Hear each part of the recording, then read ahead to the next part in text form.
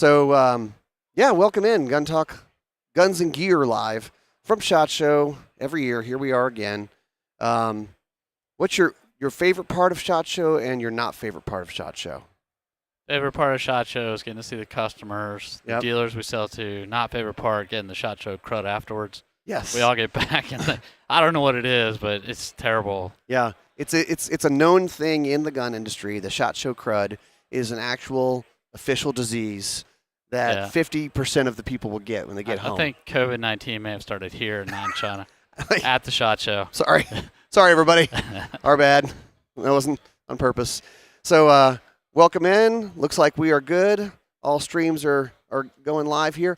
Welcome in, everybody. This is Guns and Gear live from Las Vegas, Nevada at the SHOT Show, brought to you by Palmetto State Armory.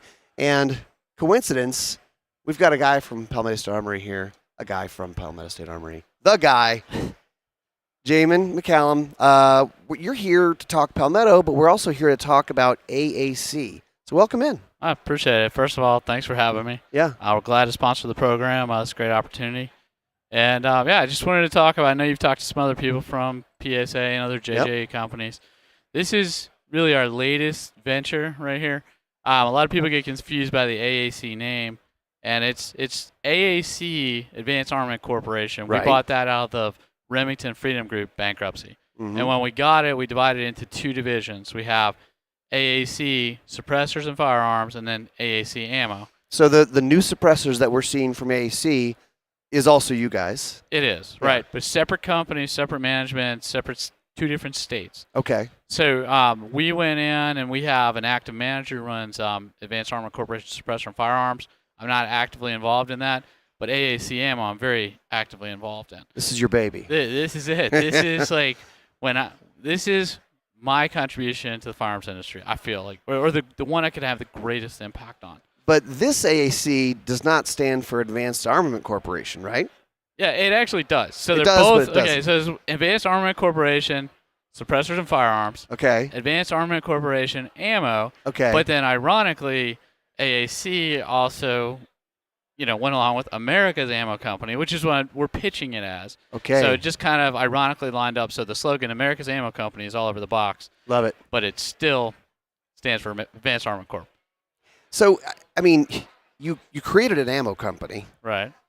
What is it about this ammo? I mean, what's kind of your approach with it? And you've got some different boxes and some different brands within this side of things. Okay. So AAC ammo, it was born out of these ammo crunches that you have. And so the thing that's really dangerous about the ammo companies and Lake City Arsenal and the way that contract is set up, you have 95 to 99% of all primer manufacturing based really around two big mega corporations. Right. Olin Corp with Winchester and Lake City, and Vista Corp with, they bought Remington, they have CCI, they have Federal. That is the majority of the primer manufacturing plants. And people, I think, have gotten to have a better understanding of that in the past couple of years. Right, exactly. And I'm not saying anyone there is bad or evil or something, because they're not. I mean, I know a lot of those guys. But their goal is to maximize profits for the shareholders, right? Mm-hmm. And they can do that by reducing the primers that are available to the public, because all these other companies that aren't these huge publicly traded companies, part of those two megacorps, they depend on them for primers. And so we looked out and we were like, okay, this country's kind of in a dangerous spot, because if I was a president who wanted to reduce freedoms in America, I would say, okay, Vista, Olin, here are two multi-billion-dollar contracts. Who have military contracts. Right, exactly. Big ones. And those military contracts take priority, not the civilian market. Mm-hmm. They take priority. I would issue these huge multi-billion-dollar contracts and really take all the primer and ammo capacity out of the civilian market. You could do it easily, and I thought, wow, this is like really dangerous. So we had a couple of really good years, and we decided that we were going to do what we could to have an ammo company focused on supplying the civilian market and spreading the Second Amendment. And so that's where it came out of. The concept of the company was we just make everything in-house, kind of like we do the AR-15 and the AKs. You guys are known to be that vertical integration. Yeah. You do everything. That's why people go, how do they do these great deals? Well, they own everything, guys. Right, exactly. Yeah, they make it all. Most people buy a forging, They have someone machine it. They have someone code it. Right. They buy a barrel. We forge our forging. We machine it. We code it. We gun drill our barrel. Yep. We button broach it. We turn the outer diameter. Like our BCG, every one of them made in-house. Like Yeah. we just make it all in-house. So we thought what we need to do is have an ammo company that's centered around that basic philosophy. Okay. So I can show you pictures, but I have to pull my phone out and do this. And Right. I don't want to do that. But the primer plant is just massive. And So there is a primer plant. Yes. You guys have it. Yes. It is. The walls is 24-inch concrete and it's 1.5-inch steel rebar, and like basically the walls were 1.5-inch rebar, 24 inches wide, and then we poured concrete over them. It is one of the most insanely built. It's like a bunker that's a building, and So it has. You guys did this after buying the company, or was it kind of in the works, or? No. We just took the name, we divided it out, started 2 companies. We had Advanced Armament Suppressors and Firearms, Yeah. and then we started a new LLC with the same name, and we put in money, and then we just started building this thing. So this complex is about 30 acres, Okay. and it has powder bunkers. It has a primer plant. It has 310,000 square foot manufacturing facility. Fantastic. So we took it. It was a closed down brake plant, Okay. and they had they got me on some contracts with a major automotive, and doing automotive work. We're in manufacturing. Doing automotive work is like sticking your finger in a wood chipper. Once you get it in, if it gets stuck, the whole body goes in. Yeah. And so this brake plant, they got their finger in the wood chipper and they were done. Yeah. So this massive, just beautiful industrial building with all the electricity we could want. It had acreage out to the side that we could build these side buildings on. And gotta have those side buildings when it comes to primers, right? You do primers and powder bunkers Yeah. and earthen dams for the mix for the primers Mm-hmm. and so we got the facility, and then we had to start getting the permits, which is something in and of itself. All the different departments, they all have their finger in it. So we spent a year doing that, starting to do the upfits on the building, started to do the construction, and it's been quite a journey. Everything was 3 times more than we thought it was going to cost. Of course, always is. Yes. Every gray hair I have on my head and my beard came from this ammo plant. Jamin, I'm pretty sure that any type of renovation or construction is always on time and under budget, right? Right. Oh, yeah, exactly. No, never. This never. took like 2 weeks to do. Right. Yeah. So you guys are up and running with this. We are. It's a absolutely fascinating plant. Some of the people that came in, like, I don't know how to make ammo. I mean, you don't know how to make ammo, right? I get the idea. There's 4 components and stuff. But right, yeah. of course, but Not at scale. I'm a CPA. I'm an accountant, right? So we had to find some key people. Okay, so we started with them. We found a building. Mm-hmm. We found the key people. Then they started bringing in a team. Then they told us, okay, we brought in some consultants. Okay, how do we get set up, right? And we went a year basically of just trying to get the buildings where they needed to be, trying to fill out a staff, Mm-hmm. and just, I mean, you're literally giving birth to something that's not there. That is actually the cool thing about this job is you can say, see that brake plant that's bankrupt? That's going to be an ammo plant. Most people are like, yeah, right. You're crazy. Yeah, I know, yeah. Well, more so than an ammo plant, primer. Yes. That's the big deal. And so you're not reliant on those other big corporations that are making, they're the only primer guys. Right, exactly. And here's the other thing. Our production is civilian market first. So when there is, if the military comes in and says they want, whatever ammo, okay, well, you can have it after the civilian market is after we spread enough freedom. Yep. Freedom is satisfied. And I felt like there had to be a plant with that vertical integration. Now, there's great companies in the ammunition business that really focus on the civilian market, but they're stuck too with the primer because they're relying on those suppliers. Right. And so we made the primer plant big enough to try and help them out too.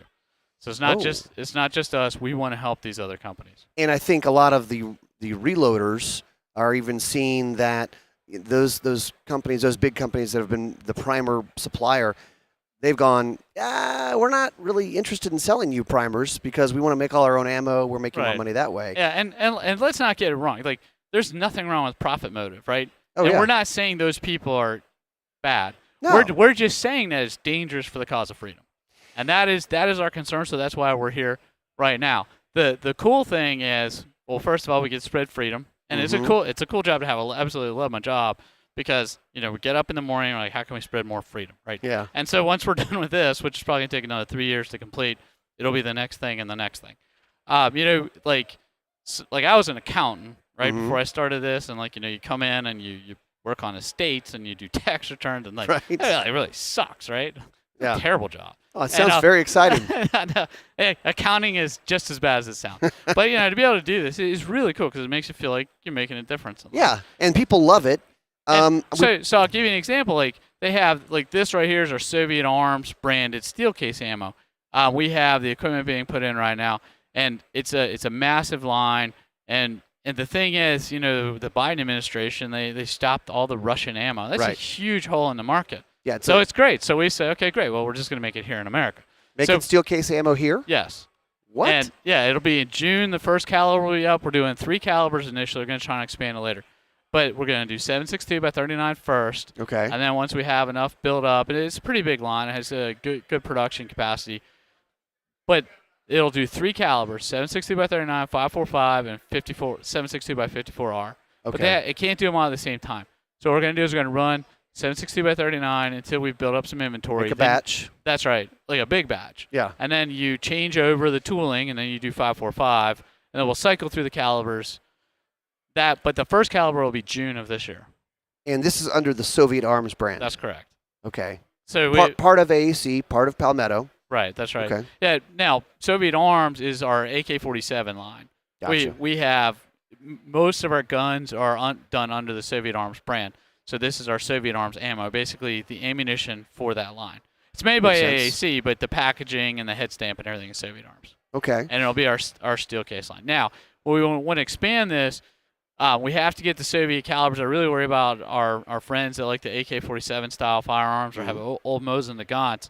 They're going to be without ammo. But there's also an advantage to steel case ammo. It's a little bit cheaper.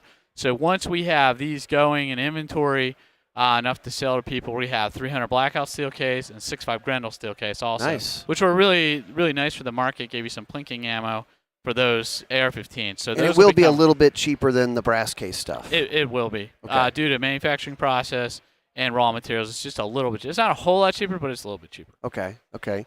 Now, what else do we have here? We've got Saber. We've got Dagger Duty. Okay. So I'm going to start from this side. All right. Because start over there. Some of these are newer products. I'm just going to list off the calibers that we make right now. We make 5.56, we make 300 Blackout, we make 9mm, we make 5.7, and we make 45. We're expanding. Those are the ones where the machines are in the building and we're making it right now. Right. Then we're doing, in the next couple of months, we have the steel case line will be up. Then we have 6.5 Creedmoor and 308. Okay. And then we have a couple more. I just don't want to make promises now, but within the first 2 quarters of this year, we'll have 308 and 6.5 Creedmoor. Nice. And then second half, we'll have some others. Basically, every quarter and a half, there'll be a new line added. So the big one to me is we have the 5.7 Rock pistol. I don't know if you've seen that or not. Oh, yeah. It's great. one of the best sellers we've ever had. And the problem you have is 5.7 ammo is crazy expensive. And again, this is only made by a few companies. And also the problem is you load a lot of rounds into that gun, and it's really easy to mag dump. Right, and it's a lot of fun to mag dump. And you go, that was $20. That was $20 more. Yeah. Well, it won't be $20 now. So this is our first 2 loadings. Now we'll have a Subsonic. We have all kinds of loadings for the 5.7. Oh, wow. But right now we are starting with 2 loads. We actually have the ammo made. Okay. It's there. It's just there's a process. We make 500,000, 600,000, 700,000 rounds. There's all this testing, and before you ship anything, there's just this long protocol. Yeah. So when I say we're making it, but we're not shipping it. And we're making it in significant amounts. We have a 40 grain FMJ. Okay. And if you look at it, people look at it, they say, is that a steel case? No, this is brass case, but it's got what we call the Saber slick coating on it. 5.7, just the way it's designed, especially when you're shooting in full auto, it really needs to have a coating on it to make it function 100%. And we experiment with some coatings. This is a nickel-type coating that we're putting on it. When you look at some of the other competitors, it looks like they're skimping on the coating. I don't know that it's enough for absolute reliability. Our goal isn't to have the cheapest ammo, it's to have the best value ammo. So this right here will have the upgraded coating, the Saber Slick. It kind of adds lubricity to it, reliable feeding, reliable extraction, all that stuff. Yes, exactly. Okay. And especially on full auto. So this right here will be 50 cents a round, which I think is one of the best deals out there. So 50-round box will be $24.99. Heck yeah. And then we have our defense load, which would be a 40-grain VMAX. Again, we have Subsonics. We have so many others coming. We're going to start with 2. Nice. One is just a full metal jacket round, and then this is a 40-grain VMAX. Same thing, Saber Slick coating on it. and these will be $29.99 a box. Okay. Again, there are cases of them, and if you sneak in the middle of the night to the AAC ammo plant, you will find them. Please don't do it. But we have not started shipping. We have not advertised. I think tomorrow they're going to show up on the website so people will see them. Okay. And then once our plant manager gives the thumbs up, try not to pressure them, especially, just there's a lot of critical things that need to happen as a brand new caliber. We're super happy with it. Performance is fantastic. I'm sure the customers are going to appreciate the love that we put into this. This isn't just like, hurry up and make ammo, make some money. We love 5.7. We kind of understand the market. We're putting a lot into it. We really want it to succeed. So on the FMJs, are these your bullets that you guys are making? We are. We make them. We start with a ingot of lead. We extrude it into a wire, and we swage it with copper.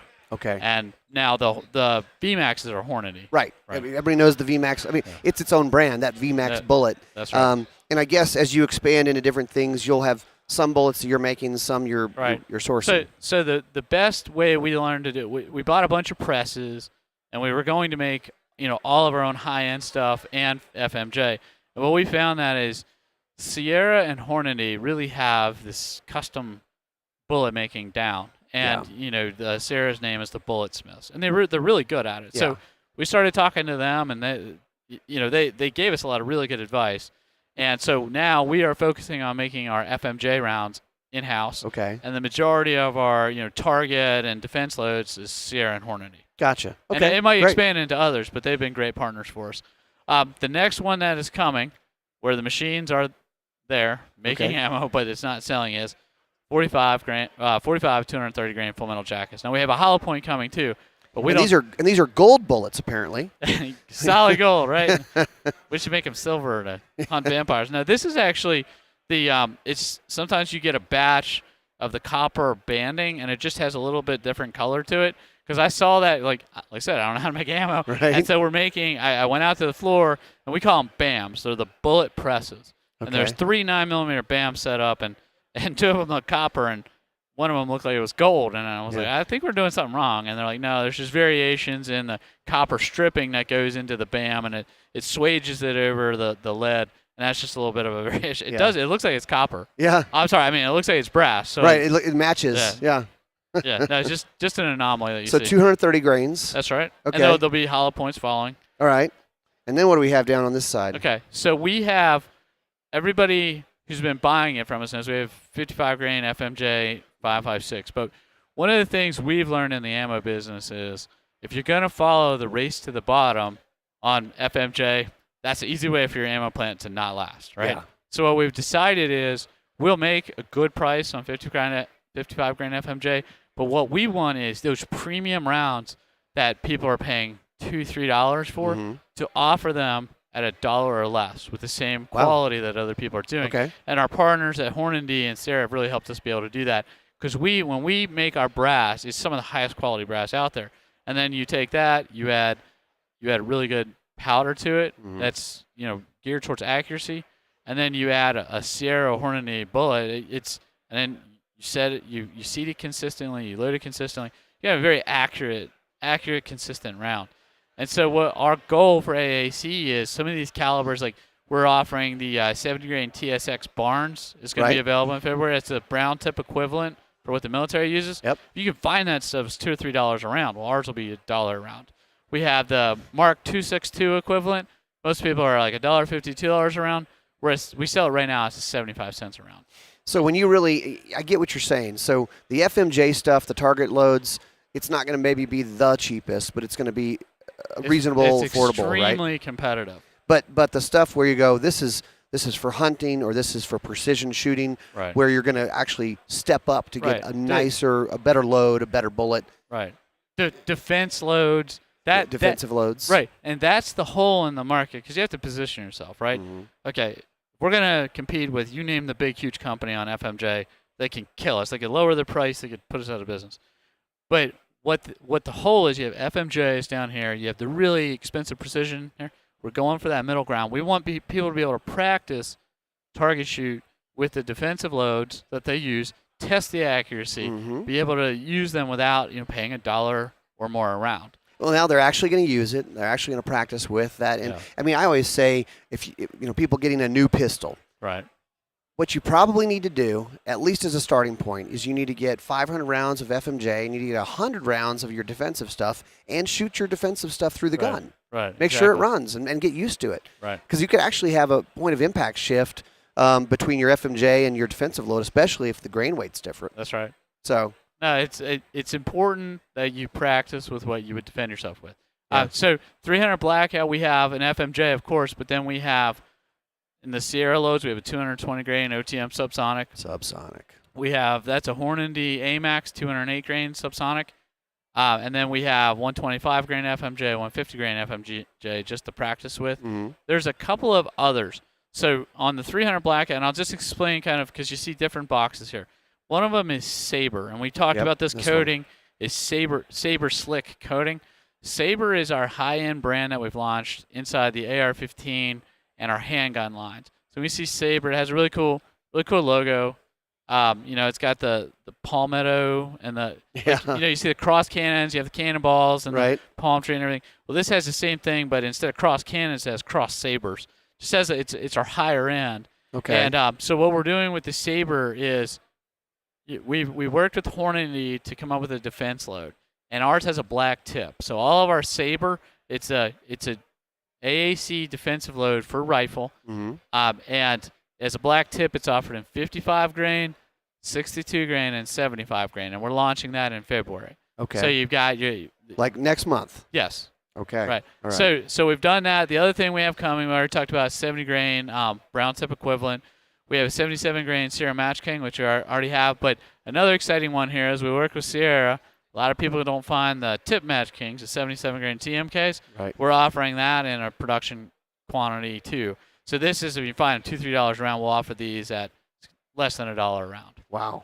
And I mean, I want to ask the question I know the answer to, but how do you do that? How do you? Because everybody else is selling it for $2, $2.20, whatever. There's two reasons that they're selling that for. One is they're not making the stuff. So when you see this round from us, the primer, they may have paid 8, 9, 10 cents for the primer, right? Mm-hmm. And if you have a box of 50, that's $5, right? Mm-hmm. Of extra, or $3.50 of extra cost just in the box.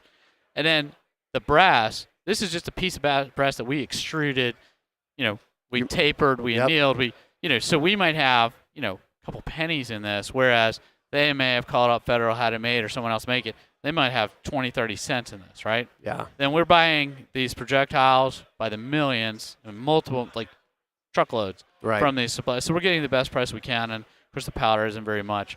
So a lot of it, again, because the AR-15, why do our AR-15s cost what they got? It frustrates everybody. Well, if you're going to go out, you're going to buy a barrel, you're going to buy an upper barrel, that's your cost set is this. But when you're going to make it. And you guys are making all of it. And that's the answer to it is there's two reasons. One is some of our competitors aren't making anything. Mm-hmm. Then the other is some of the competitors who do make everything are taking advantage of the fact that there's not a company like this hitting that spot in the market. Okay.